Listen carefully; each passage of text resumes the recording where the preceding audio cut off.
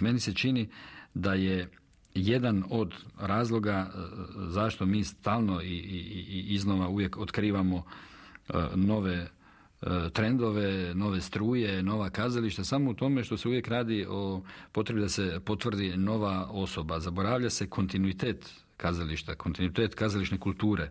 Kazalište je nešto jako različito, a ta se razlika počela preskakati i počeli su jedanput svi raditi sve na svakom mjestu kao da se izgubio nekakvi red stvari. To nije